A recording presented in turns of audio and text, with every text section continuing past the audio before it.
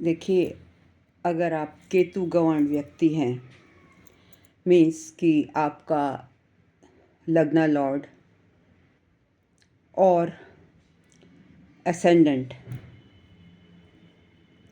केतु के नक्षत्र में है, तो या चंद्रमा आपका मून साइन केतु के नक्षत्र में है, तो means you are Ketu guided person. आपके लग्न में केतु है,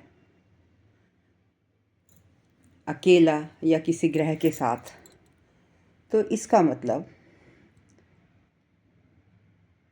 इंडिपेंडेंट है, then it is a different thing. और अगर किसी ग्रह के साथ बैठा है तो मतलब आप के पास्ट लाइफ के ऋण in connection with the planet with which Ketu is sitting are pending, और इस लाइफ में आप उनको एग्जॉस्ट करने आए हैं। तो मेरा कहने का मतलब, अगर आप केतु गाइडेड हैं तो सबसे पहले डू एनी वर्क, ज़िंदगी में जो भी काम करें अपनी इंटेंशन क्लियर रख के करें। अगर because Ketu is what, Ketu is intention, Ketu is nature. तो अगर आप अपनी इंटेंशन काम करते वक्त इंटेंशन क्लियर रखेंगे तो केतु कभी भी आपको परेशान नहीं करेगा। देखिए, इंटेंशन अच्छी रखने का मतलब अपने से पहले दूसरों के बारे में सोचना, दैट इज़ इंटेंशन। और राहु क्या है? ऑब्जर्वर है। तो अगर आप केतु गाइडेड पर्सन हैं तो डेफिनेटली आपका जो इंक्लिनेशन होगा that will be towards spiritualism, और आपका अल्टीमेट गोल मोक्ष को पाना है। अगर आप केतु गाइडेड फीमेल हैं तो क्या करें? केतु को प्रसन्न करने के लिए आप लंबे बाल रखें, अपने बालों को कैंची ना लगवाएं, कटवाएं ना, शॉर्टकट ना करवाएं। केतु लंबे बाल पसंद करता है, वो कहता है बाल मत कटवाइए। जिस तरीके से सिख लोग अपने बालों में कैंची नहीं लगवाते, तो केतु लाइक्स इट। नंबर 2, अगर आप घर का चुनाव करने जा रहे हैं तो तीसरी मंजिल का फ्लैट लीजिए या मकान या स्पेस, मतलब तीसरे फ्लोर पर रहेंगे तो वो आपके लिए बहुत अच्छा है, क्योंकि केतु 3 नंबर को रिप्रेजेंट करता है। कोई भी काम 3 बार में पूरा करता है जनरली।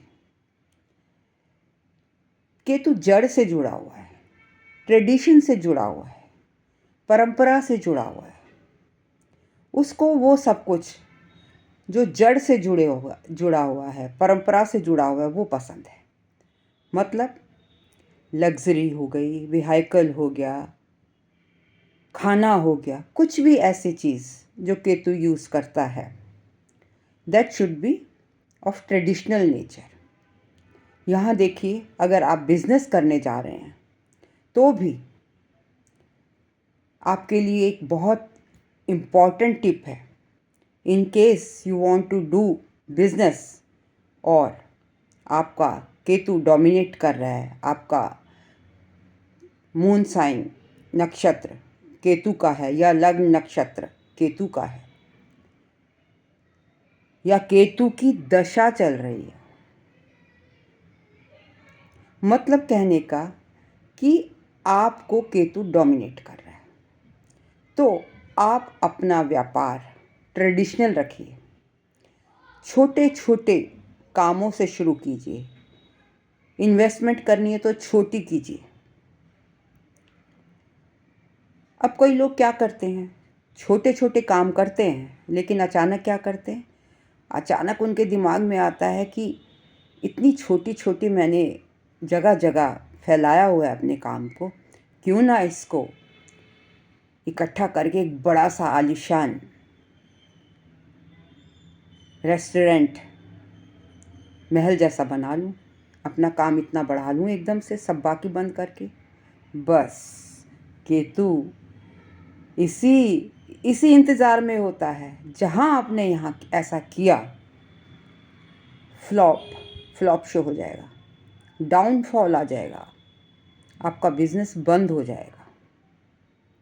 तो इट इज़ अ गाइडेंस कि जब भी आप बिजनेस करना चाहें, if you are Ketu guided person, तो छोटे छोटे कामों से शुरू करें, ट्रेडिशनल कामों से। अगर फूड बिजनेस करना है तो ट्रेडिशनल फूड होना चाहिए।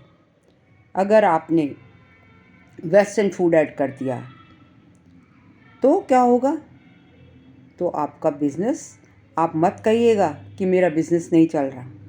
आपने गलती की है ना, केतु ये पसंद नहीं करता। आप देखेंगे ऑटोमेटिकली और अदरवाइज ऑल्सो आप कोने के मकान में रहते मिलेंगे। आपके घर के आसपास ज़रूर गणेश जी की, माता रानी की या कोई भी टेम्पल, जैसे टेम्पल और चर्च, ये भी पाई जा सकती है। पतली गली होगी आपके घर तक पहुंचने के लिए। तीसरी मंजिल पर रहते पाए जाएंगे आप। अकेले बैठे मिलेंगे। अगर आप अपने घर में हैं तो अकेले कॉर्नर में बैठे मिलेंगे, क्योंकि ये आइसोलेशन का, सेपरेशन का प्लैनेट है ना। तो ये कुछ, आपकी बॉडी सिलेंड्रिकल होगी, आप टॉल हो सकते हैं, आभा मंडल तेज होगा। केतु कहता है कि अपनी चीज़ों का शो ऑफ मत करो।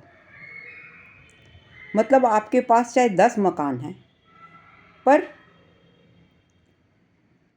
आप ये मत कहते फिरो। देखो, ये जनरली राहु ऐसा करता है। राहु शो ऑफ करता है। वो जब तक कोई चीज़ खरीद के लाएगा, नई गाड़ी लाएगा, जब तक पड़ोसी को दिखा नहीं लेगा, 10 लोगों को बता नहीं देगा, उसको चैन नहीं पड़ती।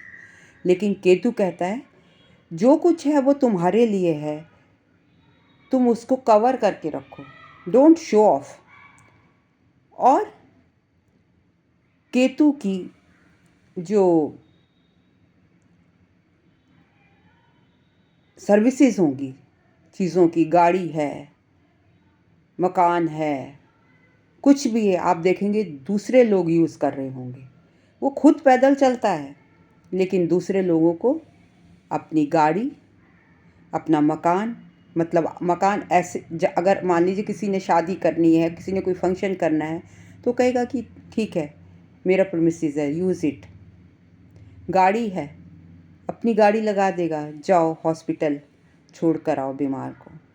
और चाहे उसको खुद पैदल जाना पड़े, उसे तो ध्यान भी नहीं होता कि उसके गैराज में इतनी गाड़ियाँ खड़ी हैं।